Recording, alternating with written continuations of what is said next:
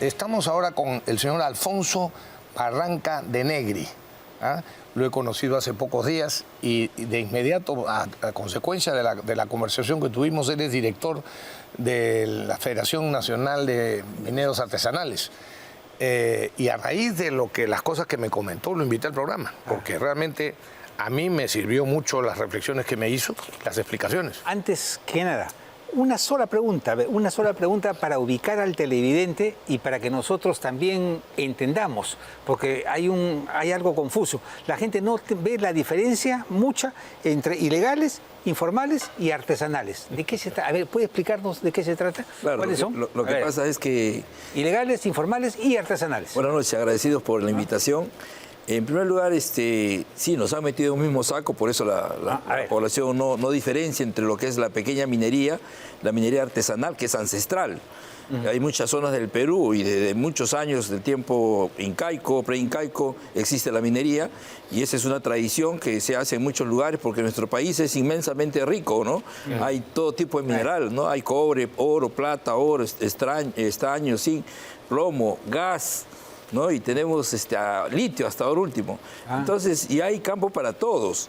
Pero la pequeña minería y la minería artesanal es donde empezamos a trabajar nosotros, una pequeña minería, y vamos creciendo de acuerdo a lo que va dándose las oportunidades. Lamentablemente en nuestro país nos han metido a todos en un mismo saco y por problemas focalizados en algunos lugares del país, como en Patás, por ejemplo, o en Madre de Dios, ¿no? Nos han metido en un mismo saco donde existe pues, criminalidad, que es lo que existe en nuestro país, es la realidad, ¿no? La criminalidad ha avanzado no solamente en la cuestión minera, sino en todos los campos.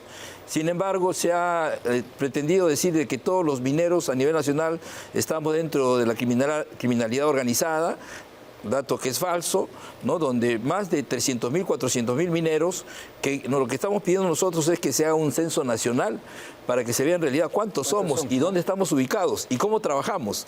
Lo que se requiere es que haya un trabajo de formalización realista, porque si no se ha hecho o no se ha comprobado hasta ahora cuántos somos, menos el Estado tiene la oportunidad, ni los presupuestos, ni la infraestructura para trabajar este proceso de formalización, ¿no?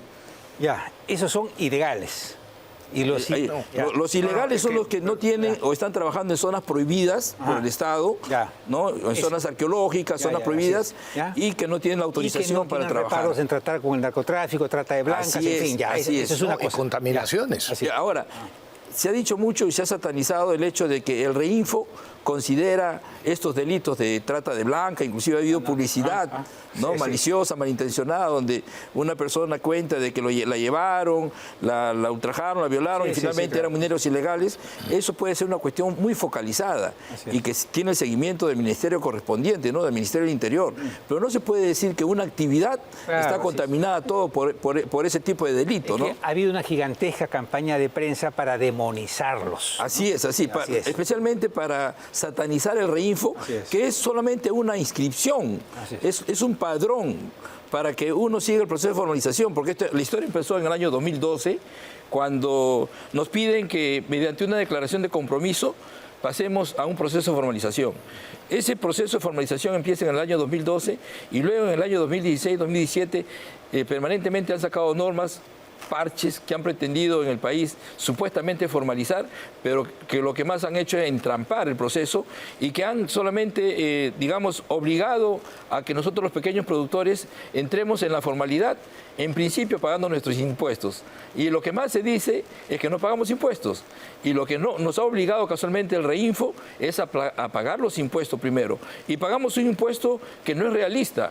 ¿Por qué? Porque si no hemos formalizado las otras partes que nos corresponde formalizar, por ejemplo, la adquisición de todo lo que necesitamos para trabajar, como por ejemplo los explosivos. Que se habla. Perdón, ¿no? Es que ha habido una parte que me gustaría precisar. La minería artesanal de la que usted habla, y la pequeña minería, es, por ejemplo, en la sierra, ¿no es cierto? Así es. De socavón. Así es. Para lo cual necesitan, por ejemplo, utilizar dinamita. Así es. Pero no necesitan, ni de hecho utilizan mercurio o estas otras cosas contaminantes. Ni tampoco talan árboles, ni bosques, ni nada por el estilo. Así es. A diferencia de la gran minería, la gran minería instala todo, digamos, su infraestructura en un determinado lugar para trabajar desde la extracción hasta la planta de beneficio, tienen los lugares donde trabaja. En cambio, nosotros trabajamos en todos los lugares la extracción. Solamente la extracción. Y luego lo que extraemos, vamos y la llevamos a plantas procesadoras que están ubicadas en Nazca, la mayoría, ¿no?, de cobre, y en Chara la mayoría de oro. Es allí donde el Estado debe poner la fiscalización, digamos, porque ahí sí se utilizan productos químicos, ¿no?, que deben ser controlados, y de hecho la ley controla esos productos químicos. Entonces nosotros somos extractores que trabajamos en lugares donde no hay flora, no hay fauna, a diferencia de la minería aluvial, ¿no? Claro, que esa es la que utilizan los... Ahí también nos han metido en el mismo saco. Ahí también nos han metido en el mismo saco porque han puesto la imagen, siempre ponen la imagen de Madre de Dios, como si la pequeña minería fuera toda aluvial en el Perú. Y en la costa y en la sierra nosotros tenemos minería filoneana, minería de socavón, minería que hacemos en los lugares donde no hay, digamos, ni flora ni fauna, son cerros inhóspitos que tenemos que trasladar agua para trabajar en esos lugares, ¿no? Entonces nosotros lo que más hemos pedido es que nos formalicen. Volvamos a lo que estaba usted diciendo. Por ejemplo, cuando se introducían al Reinfo, la SUNAT empezaba a controlarle los impuestos, ¿no es cierto? Así es. Pero cualquier empresario paga impuestos sobre sus utilidades, es decir, recibe sus ingresos y descuenta sus gastos, pero no sé qué porcentaje, creo que es alrededor del 30% o 40% de sus gastos de los pequeños, de los mineros ancestrales, artesanales, es estos explosivos. Pero como no están formalizados realmente todavía, entonces no les permiten que descuenten los gastos de explosivos. Entonces pagan sobre todo los supuestos de ingresos. Así es. El proceso de formalización es complejo. Es decir, es multisectorial.